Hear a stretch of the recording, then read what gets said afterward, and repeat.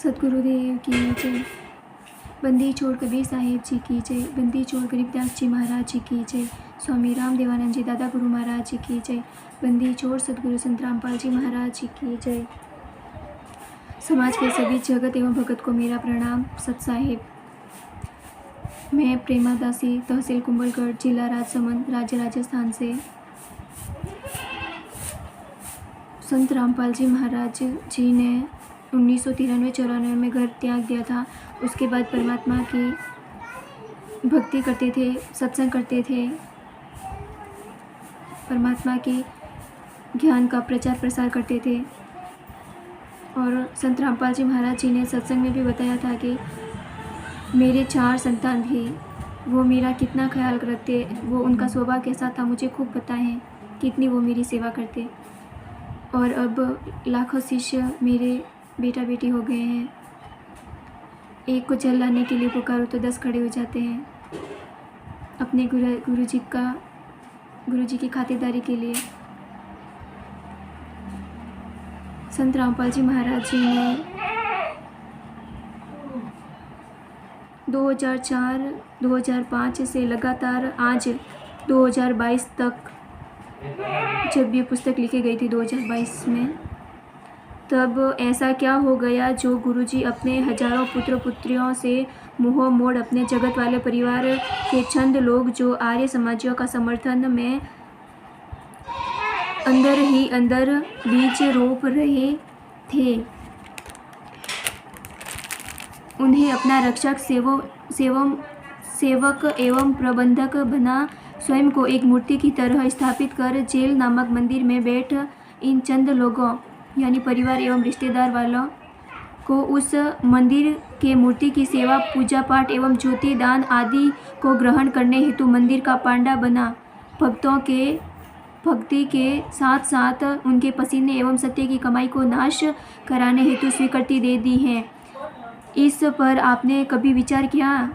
नहीं किया, अपना विवेक विचार नहीं लगाया, तो इसमें हमारे समर्थ सद्गुरु का कोई दोष नहीं। वे दोगली बातें नहीं कर सकते। उन्हें अंदेशा हो गया था कि जगत वाले पुत्र पुत्रियां नाते रिश्ते वाले के संपर्क में आकर वे हजारों पुत्र पुत्रियां भी काल ब्रह्म के प्रभाव से प्रभावित हो चुके हैं। अनेकों बार सत्संग के माध्यम से सावधान किया, मगर क्या मजाल जो हम अनुयायी गण गुरुजी के सत्संगों में किए जा रहे सावधानी को बरते। हमें यानी लेखक सचिभूषण दास जी को पूर्णतः याद है कि संत रामपाल जी महाराज ने सन 2008 में एक सत्संग के माध्यम से हम सभी अनुयायियों को सचेत किया था कि इसी संगत में 1-2 काल के दूत उत्पन्न हो गए हैं। संगत में आग लगाना चाहते हैं, सबको बर्बाद कर देना चाहते हैं। जैसे वन में बांस बढ़कर लंबे हो जाते हैं और हवाओं से आपस में घिस कर चिंगारी उत्पन्न कर स्वयं अपने साथ साथ वन खंड को भी नाश कर देते हैं, मगर वे दूत मुझ दास यानी रामपाल जी महाराज के बगीचे को नाश नहीं कर सकते, क्योंकि वे अपने शिष्यों को समग्र ज्ञान देकर परिपक्व बना दिया है। वे किसी के बहकावे या कहावे में अब नहीं आने वाले।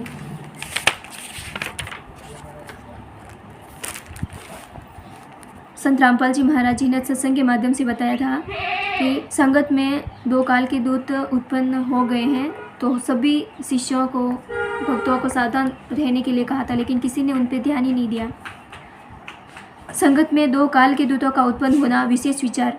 संत रामपाल जी महाराज जब 2 अप्रैल 2008 में जेल से जमानत पर रिहा होकर आए तो बलजीत एवं महेंद्र अपने कुनबे के साथ बरवाला आश्रम, जो पुराना वाला है, में लेकर आए।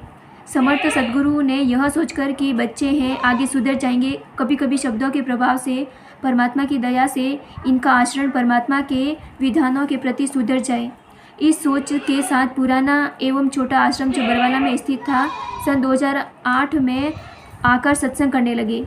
महेंद्र एवं बलजीत के कुनबे गुरुजी के पुराने सेवादारों के संबंध में पूर्व में बता दिया गया है कि क्यों वे हस्तक्षेप करके आश्रम का प्रबंधक वे करोथा आश्रम से ही अपने हाथों में लेते गए।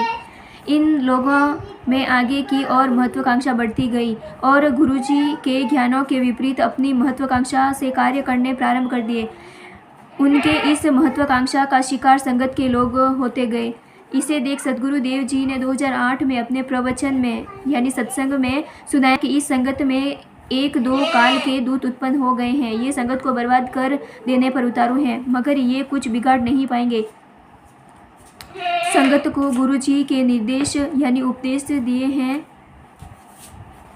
संगत को गुरु जी ने निर्देश यानी उपदेश दिए हैं कि संगत इन कुसंगतियों से स्वयं बचने का उपदेश दिए हैं और आदेश दिए हैं कि इन कुसंगतियों से बचने के लिए अपने भाई बहनों को भी सतर्क करें। इस प्रकार हमारे सत्यवादी सद्गुरु रामपाल जी महाराज ने निर्देश एवं आदेश दे रखा है। आगे यह भी हिदायत कर रखा है कि जिस भगत को उस कुसंगति के संबंध में जानकारी हो गई है कि क्या सत्य है, क्या गलत है, क्या उचित है और क्या अनुचित है, और जानबूझकर वह भगत उस कुसंगति एवं उचित अनुचित गलत सही से अनजान अपने भाई बहनों को सतर्क करने का कार्य नहीं करता है तो वह परमात्मा का दोषी है।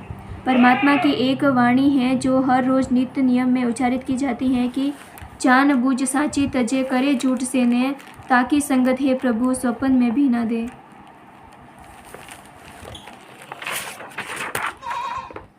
इस पुस्तक में गुरु जी के 429/2014, 430/2014 की फाइल है